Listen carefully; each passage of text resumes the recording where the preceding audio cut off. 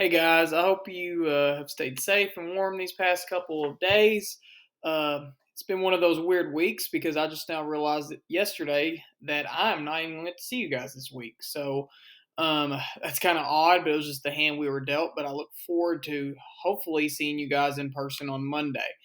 The NTI assignment the other day just kind of the video just reviewed some of the things we've talked about while introducing some other concepts and for this unit, and some of those concepts we're going to go through today. So I'm going to go through these slides and kind of talk to them just like we would in class. So what I'll do is like I'll ask questions, and I want you to still work your brain. I don't want this to be like a monotonous deal where you guys just listen to me and take notes. Like whenever I ask a question and pause for a couple seconds, you're sitting at home. I want you to really think. Okay, just like in class, you could pause it after I ask you the question, whatever. Okay, now I'm allowing you guys to have this option where you watch the video and take the notes so that you can complete it at your own discretion and with your own schedule, because I know you guys have work for other classes, you have other things going on and things of that nature. But here's the deal. Um, I can see exactly how many people view this video, okay? And so there's 45 students in 8A classes. If I get on tomorrow afternoon and see that 2 people have viewed this video, then the next time we have an NTI day, I may just say, okay, we're going to do Google Meets. And I don't think any of y'all want to do that, okay, and have to sign in at a specific time and mess up your schedule, and that limits your freedom, okay? So please don't take advantage of this system, okay? This is meant to be where you get to work at your own pace and where you get to work whenever is best for your schedule. Okay, so today we're going to go through 3 main things. We're going to talk about the Red Scare, okay, with communism and anarchists during the 1920s. And because of that, the United States government imposed several restrictions on immigration. And ultimately, this anti immigrant sentiment or ideals that people had in their heads led to a rise in the Ku Klux Klan during this time. Actually, the KKK had like 5 million members during the 1920s, and most of its members were not in the South. They were actually in Midwestern states like Indiana, Ohio, and Illinois. But we'll dive into that here in a second. First up, okay, if you did the bell ringer in Google Classroom like you were supposed to, but I get it, some of you guys may not have had full internet access. You may be watching this on your phone, whatever, that's fine. You read about the Sacco and Vanzetti murder case, okay? And this is regarded as one of the worst miscarriages of justice in American history. Okay, so Sacco and Vanzetti were these 2 recent immigrants from Italy, okay, that were accused of this robbery and murder at a town outside of Boston. I think it was a shoe factory, okay? That detail is irrelevant. But anyway, a lot of the evidence was very circumstantial, okay? And to this day, we still don't know whether or not they were truly guilty or not, but many people think at least one of them were innocent. But the big takeaway is that they did not receive a fair trial, okay? Many people believe they were convicted for what they were. That was Italian immigrants and anarchists or radicals. Okay, anarchists are like people who want no government. Okay, so that's what they were, and so some people say that they were wrongly convicted. Okay, because of who they were versus the facts presented in the case. Like for instance, for those of you who did the reading, think about the money. They always say follow the money. The money that was supposedly stolen from this factory was never recovered. It was never found on Sacco or Vanzetti. But yet, they still convicted them. And eyewitnesses recall seeing 5 criminals leaving the scene. And just Sacco and Vanzetti were prosecuted. So there's a lot of things that didn't add up in this case. So this led to countless protests, okay, across the United States and even the world whenever people started reading about this and the details of it. Mussolini, okay, I know you guys read about him last year on World Civ, the ruthless dictator of Italy, even called on the United States government to release Sacco and Vanzetti because even he recognized that there were some things that didn't quite add up in this case, okay?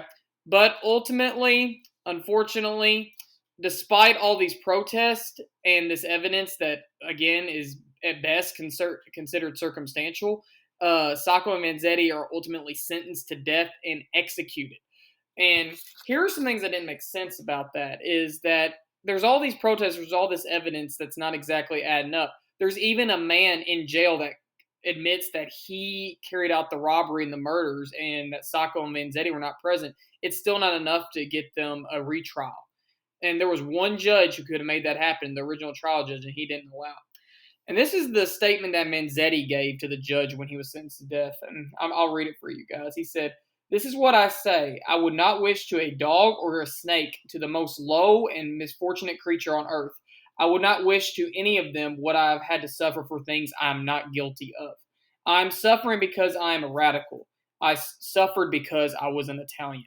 And many people agree with what Vanzetti said. They think that this is the reason they were convicted and sentenced to death, because there is a lot going on in the United States at this time. People have this immense fear of immigrants and people from different countries. So, why were people afraid of immigrants during this time? What had just happened, maybe, that made people think about this? Think about that for a second. All right. So the big reason why a lot of people had these anti-immigrant feelings stirred up is because we're in the aftermath of the Russian Revolution. Okay, so you have the fear of communists, socialists, anarchists like Vanzetti and Sacco were. Okay, you have all this raging rapid through the United States. Okay, but also World War One. Okay, we've talked about that, and all the restrictions on free speech during World War One. There was also a fear of national security after World War One, both during and after World War One. Who's in our country? Are they a double agent? Do they have sympathies with their home country? So there's a lot of feelings stirred about because of both the Russian Revolution and the World War One, and those feelings are mainly toward immigrants. Now, historians recognize this time period of like 1919 into the 20s as the Red Scare. Okay, and basically, what the Red Scare is like communism red, is people were afraid of communism after the war and because of the revolution in Russia. Now, let's think about this for a second. Would this, yes, like the Red Scare probably reached its peak in the 20s, like that's the time we really think about when we think about the war. But would this fear of communism just be during the 1920s? Because this is going to lead into a lot of other stuff that we think about in this class. So think about that for a second. It is not, okay? The fear of communists would. Let me move my face so you guys can see that. Actually, I'm going to put it up here. Look, I'm floating. All right, there we go. All right, the fear of communists would linger for decades into the Cold War, okay? So just the fear of the Soviet Union, that communism was going to take over the world, the whole idea of the domino theory, if one country fell to communism, everybody else would, okay? All of those things. Okay, and we will talk about when we get to the 1950s, there was a time period known as McCarthyism where several government officials in the United States were being accused of being communists, and they were ultimately went through a trial and everything. So this Red Scare, supposedly, it's not something that's contained to just the 1910s and the 1920s. We see this go on for a while. Okay, I like this political cartoon. This isn't from the 20s, but this shows you the fear of the Red Scare, the red iceberg. Okay, the iceberg represents the Soviet Union, and look at all these other countries with a tombstone because they've supposedly been killed by communism. Okay, this was a political cartoon that came out just after World War II. Okay, so the Red Scare, though, if we're talking back about 1919 into the 1920s, what really got people riled up is in April 1919, the post office on one day intercepts 34 bombs that were sent to high-ranking government officials, okay? Whether it was the United States government, I think the mayor of Cleveland was targeted. I mean, it was not just like it was in one place. It was all around the country. And so because of that, people really start to get concerned and worry about these radicals, these anarchists that are in the United States. They think that they are literally trying to overthrow the government. When in fact, we really don't have very many communists in the United States during this time, as far as people who are officially part of the Communist Party. It's about 70,000, which sounds like a lot, but you think about in the whole nation of millions and millions of people, that's really not that many, okay? But there's an immense fear during this time. And this story is interesting, okay? Because you have one of the targets of the bombings was the Attorney General A. Mitchell Palmer, okay? and we'll talk about him in a second, the raids that he carried out. But whoever set off the bomb put it outside of Palmer's house, and future President Franklin D. Roosevelt, we're going to talk about him a lot in this class, had walked by Palmer's house 1 minute before the bomb went off. Like within a minute, just think about it, 60 seconds. Future President Roosevelt, had just walked past Palmer's house. Now, why is this such a big deal? Okay, as you can see from the emoji up here, this is a very big deal because many historians regard FDR as one of the greatest presidents of all time. Okay, for his role in leading the United States through the Great Depression and also World War II. Okay, and you guys will kind of see what made FDR such a good president once we start looking at his speeches and the things that he did. But this is a really close call in U.S. history. One of those things that where you look back on, it's like, imagine what would have happened in the United States if he had never been president during the Great Depression and World War II.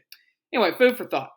All right, so that guy I was telling you about, Palmer, okay, the Attorney General, he started carrying out Palmer raids into suspected communists, okay?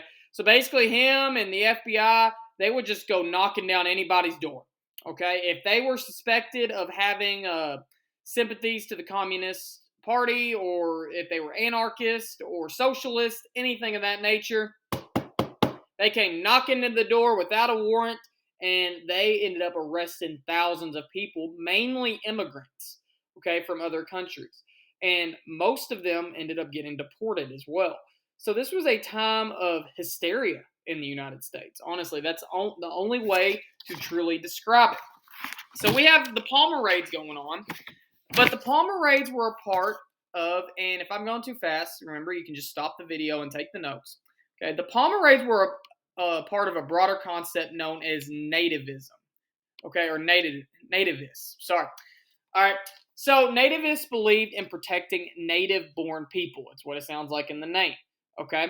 Actually, let me take that off for a second.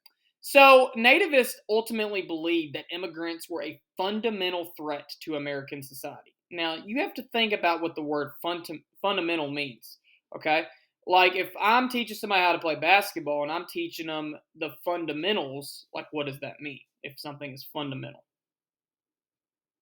Okay, so fundamental represents like the most basic principles, the most basic ideas. So they believe that immigrants were a fundamental threat to American society. In other words, immigrants could undermine all of American society, attack all our most traditional ideals, all of these things. So think about it. In the past, what did some states implement to keep people out of the polls? The South did it for African Americans, but what do you think states in the North started to do to keep immigrants from voting? Think about what they could have done, they could have given the immigrants.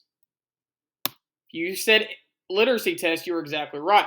So the immigrants that were already in the United States, they used these to keep them from voting. But then, as we're going to see with some particular immigration restrictions here in a second, they began to use the literacy test just to keep immigrants out, period. Okay? Basically, if you could not pass a basic literacy test where you could read and write, you were not allowed into the United States at all. Okay? So that was one thing that they began to do. And this picture really shows it because, look, you have all the walls up that say literacy test, and look at this irony. Uncle Sam peering over at the immigrants over the wall. You have the land of the free on the other side of the wall. So was the United States truly the land of the free during the 1920s, the land of the free and the home of the brave and a nation of immigrants? The answer, I'll leave that up to you. I'm just giving you the information. All right. If we were in class, we'd be taking a break right now. So go ahead, and if you need to take a little break, if you feel like this is overload information, you need to go back, take about 10 seconds to do that real quick. And pause this video.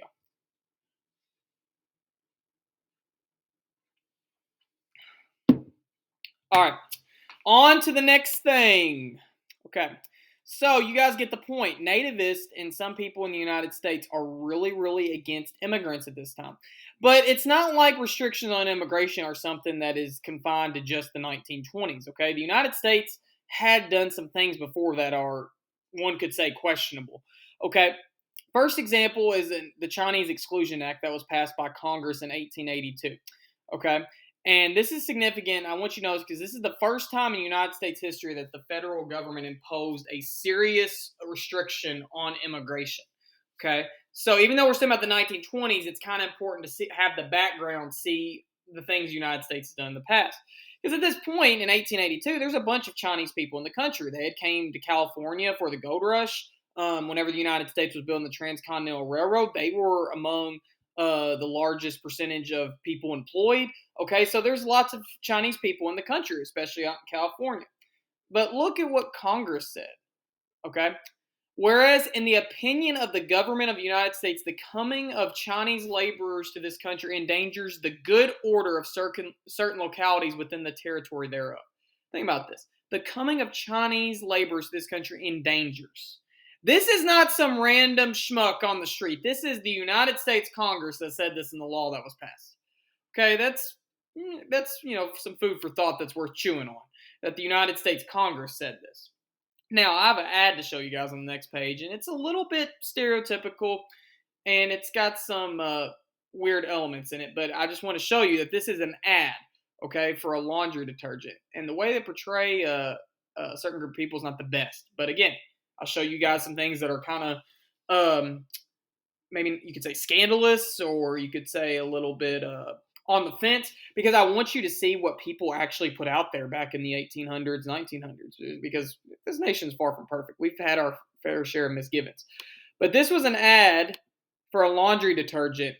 And look, so Uncle Sam has the laundry detergent, and it's the proclamation basically banning Chinese people from the country. And it says, don't use this if you want to be dirty.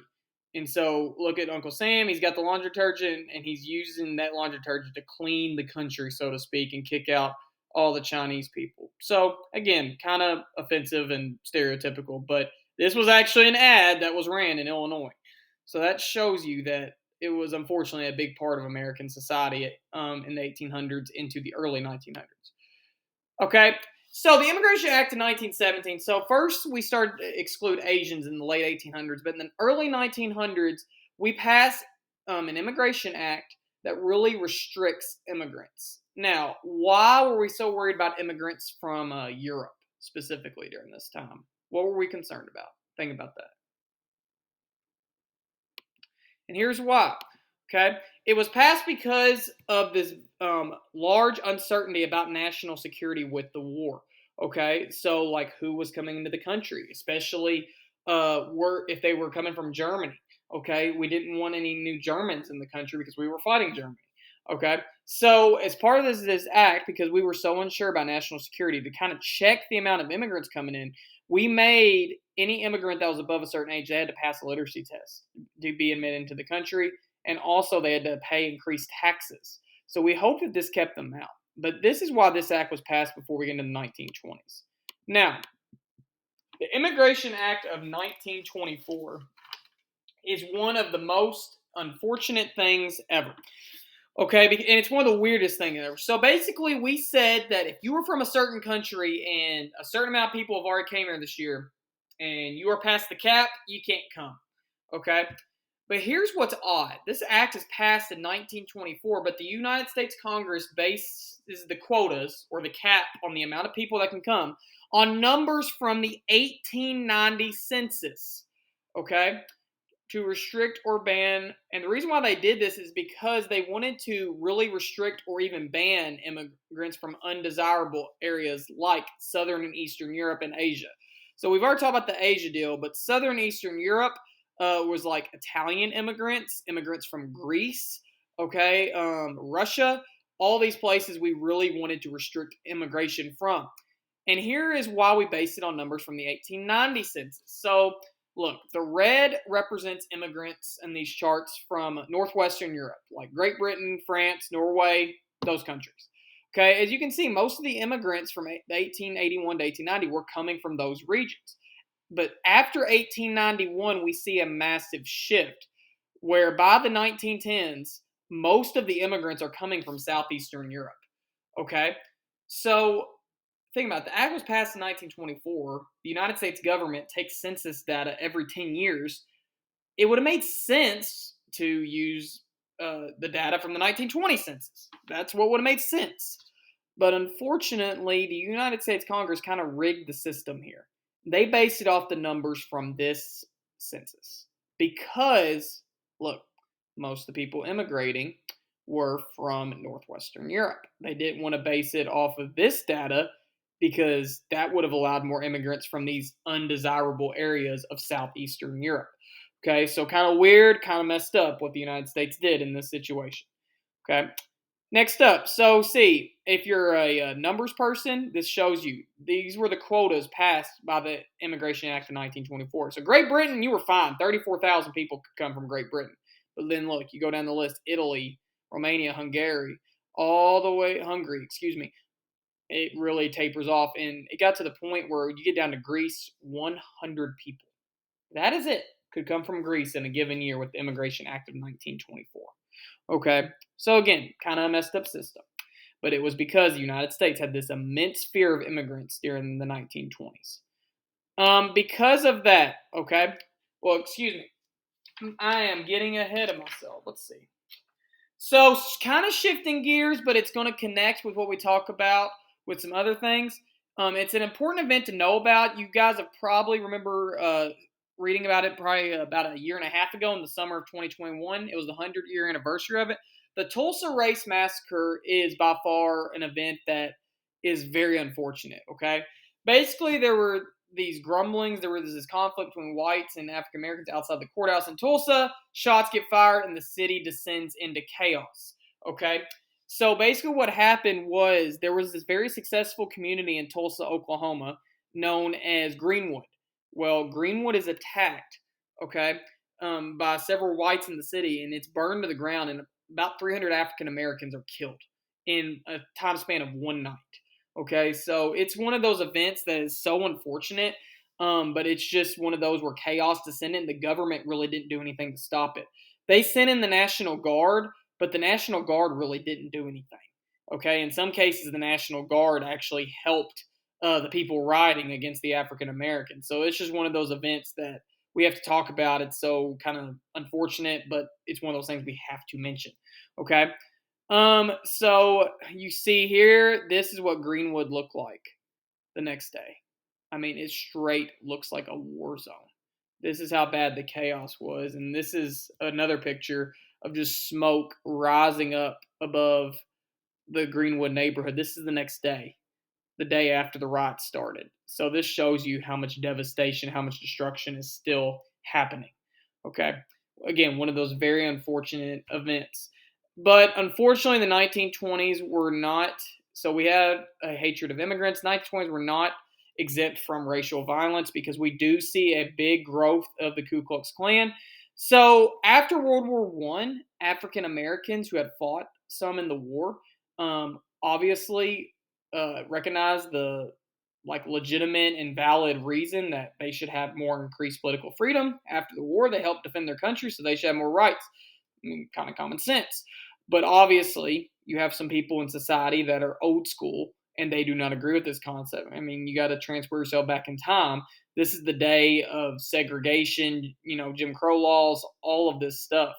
I mean, we're only 60 years removed from the Civil War at this point, okay?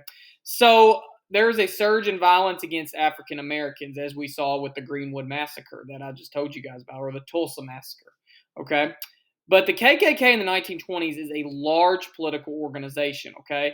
So it has about 5 million members at its peak in the mid 1920s. But here's the deal: what separates the KKK of the 1920s from the KKK right after the Civil War or even during the Civil Rights Movement is the KKK really, while they kept their usual, I hate to say their usual hatred of African Americans, but they also targeted other groups, okay, like Catholics and Jews, okay, and the reason why is because they were immigrants. So basically, the Ku Klux Klan during this time really pushed for, um, you know, purifying American society, so to speak. Basically, they wanted everybody to be a white Protestant. That's what they wanted. All right.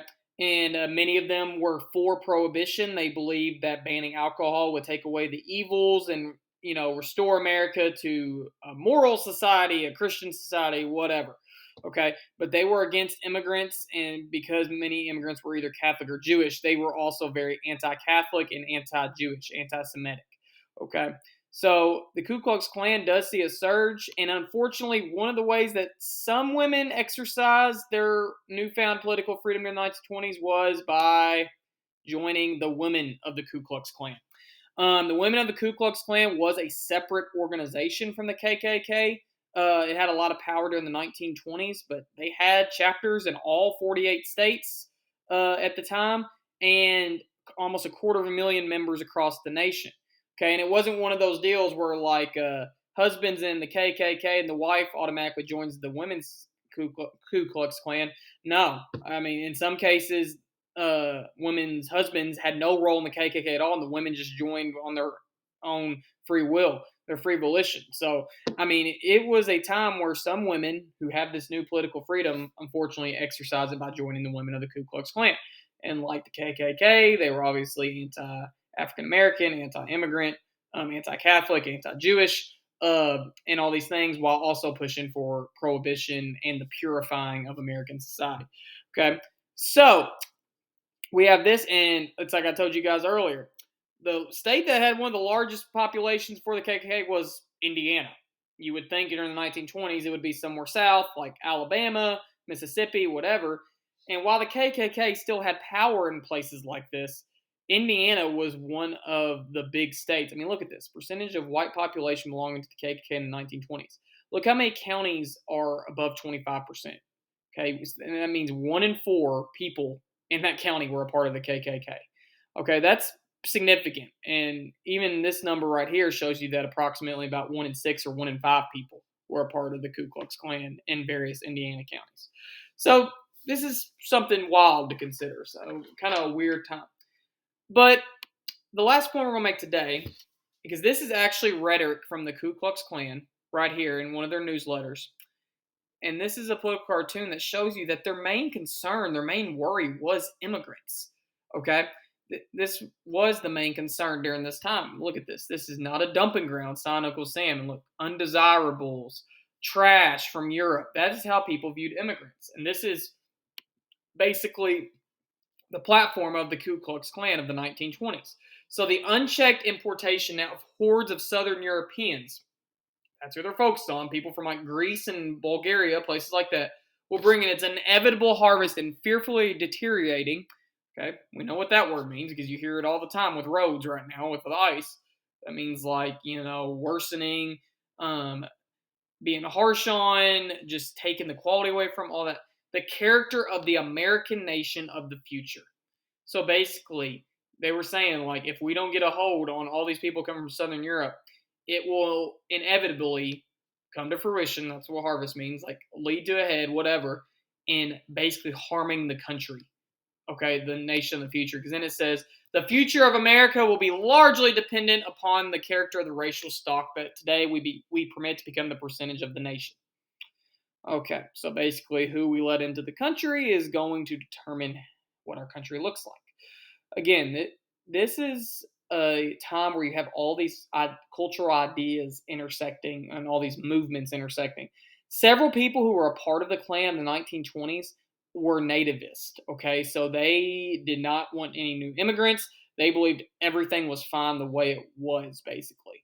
Okay, so it was one of those deals where you have all these movements intersect. Again, like you have nativists in the Klan, you have people in the Klan who are again against alcohol.